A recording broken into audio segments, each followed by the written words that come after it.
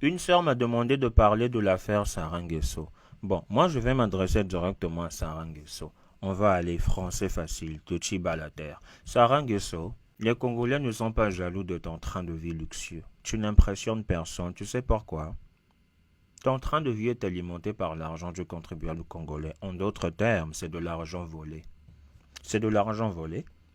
C'est pas comme si tu étais allé à l'école, tu as fait de longues études, tu as eu un taf et tu travailles très dur, tu as entrepris et voilà, c'est avec les revenus de ta profession ou de ton entreprise que tu finances ton train de vie. Non, c'est faux. Non, c'est faux. C'est avec l'argent du contribuable congolais. Je sais qu'on ne choisit pas sa famille. On ne choisit pas sa famille.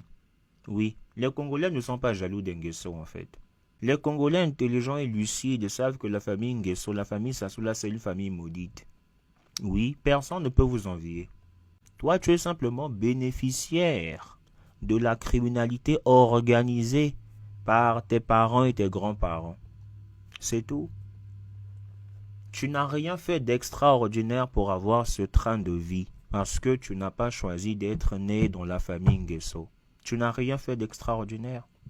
Ce qui frustre les Congolais, c'est le fait que malgré que toi tu sois conscient de la réalité médiocre de ton pays, la République du Congo, mais tu arrives quand même sur les réseaux pour faire l'étalage d'une vie alimentée par les détournements de fonds, une vie luxueuse alimentée par les détournements de fonds. Nous ne sommes pas impressionnés. Nous soulignons simplement le manque de sagesse de ta part. Parce que là, toi-même, tu es arrivé sur les réseaux sociaux pour poser en cible. Hmm? Depuis que je suis sur les réseaux, je ne suis jamais tombé sur une vidéo d'un Nguesso qui a réussi sa vie professionnellement hors politique et qui, sur TikTok, sur Facebook ou sur Instagram, fait des partages d'expériences professionnelles ou bien partage son savoir avec d'autres jeunes Africains, d'autres jeunes Congolais. Jamais. Jamais.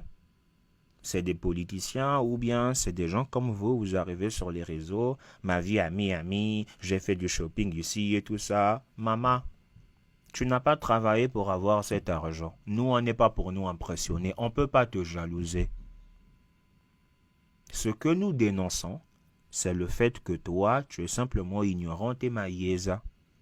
Parce que dans ton pays, ton grand-père est incapable d'améliorer le système sanitaire. Les Congolais galèrent pour avoir leur passeport en République du Congo. Ton grand-père a détruit tout un pays, a sacrifié l'avenir de toute une jeunesse. Se soigner en République du Congo, c'est un problème. Toi, tu es sur les réseaux sociaux à faire les matalana à gauche, à droite et tout ça. Toi, Sarah Nguesso, tu vas à Miami. Il faut aussi aller à Dolisie. Il faut aller en Kaï, il faut aller faire du shopping à Dolisie, il faut aussi aller faire du shopping en Kaï, à Pointe-Noire, on va voir. Va par exemple faire du shopping en Kaï.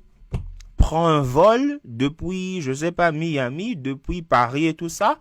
Va en Kaï faire du shopping. Va à Dolisie faire du shopping.